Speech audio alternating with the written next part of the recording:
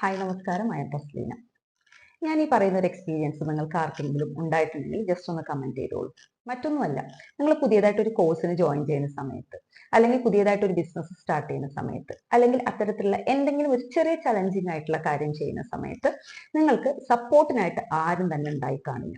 അതേസമയം വിമർശിക്കാനും ഡീമോട്ടിവേറ്റ് ചെയ്യാനും, അതായത് നിന്നെക്കൊണ്ട് അത് സാധിക്കില്ല, ആവശ്യമില്ലാത്ത പണിയാണ്, കാശ് ചെലവാകുന്ന പരിപാടിയാണ്, സമയം പോകുന്നതാണ് എന്നൊക്കെ പറഞ്ഞ് നമ്മളെ ഡീമോട്ടിവേറ്റ് ചെയ്യാനും വിമർശിക്കാനും ഒക്കെ ഒരുപാട് ആളുകൾ ഉണ്ടായിട്ടുണ്ടാവും. എന്നാൽ ഇതൊന്നും വകവെക്കാതെ, ഉള്ളിൽ അത്രയും നമുക്ക് താല്പര്യം ഉണ്ടെന്നുണ്ടെങ്കിൽ ഇതൊന്നും വകവെക്കാതെ നമ്മൾ മുന്നോട്ട് പോയിട്ടുണ്ടെങ്കിൽ, അങ്ങനെ നമ്മൾ വിജയിച്ചിട്ടുണ്ടെങ്കിൽ, അതായത് ഈ പറഞ്ഞ കോഴ്സൊക്കെ കംപ്ലീറ്റ് ചെയ്ത് ഒരു റാങ്ക് ഹോൾഡറൊക്കെ ആയിട്ട് നമ്മൾ വരികയാണെന്ന് വിചാരിക്കുക, അല്ലെങ്കിൽ ബിസിനസ് എല്ലാം ചെയ്ത് തുടങ്ങി അങ്ങനെ കുറച്ച് സമയമൊക്കെ എടുത്ത് നമ്മൾ സക്സസ്ഫുൾ ആയി എന്ന് വിചാരിക്കുക, അല്ലെങ്കിൽ എന്ത് ചലഞ്ചിങ് ടാസ്ക് ആയാലും അത് കംപ്ലീറ്റ് ചെയ്തുകൊണ്ട് നമ്മൾ മുന്നോട്ട് വരുമ്പോൾ, നാലാൾ അറിയപ്പെടുന്ന രീതിയിൽ നമ്മൾ സക്സസ്ഫുൾ ആയിട്ട് വരുമ്പോൾ, ഈ പറഞ്ഞ വിമർശിച്ച ആളുകളും ഈ പറഞ്ഞ ഡീമോട്ടിവേറ്റ് ചെയ്ത ആളുകളൊക്കെ ആ ഒരു ഗ്യാതറിങ്ങിന്റെ ഉള്ളിലുണ്ടാവും, നമുക്കൊരു കഷ്ണം കേക്ക് തരാൻ വേണ്ടിയിട്ട്.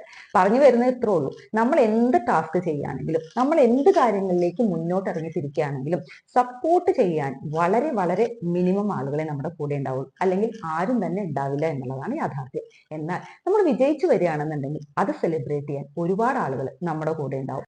സോ ഇതാണ് നമ്മുടെ സൊസൈറ്റിയുടെ ഒരു നേച്ചർ എന്ന് പറയുന്നത്. സോ ഇതങ്ങ് നമ്മൾ മനസ്സിലാക്കിയിട്ട് മുന്നോട്ട് പോയി കഴിഞ്ഞാൽ ഒരു തരത്തിലുള്ള ഡീമോട്ടിവേഷനിലും ഒരു തരത്തിലുള്ള വിമർശനങ്ങളിലും നമ്മൾ വീഴില്ല, ഉറപ്പാണ്.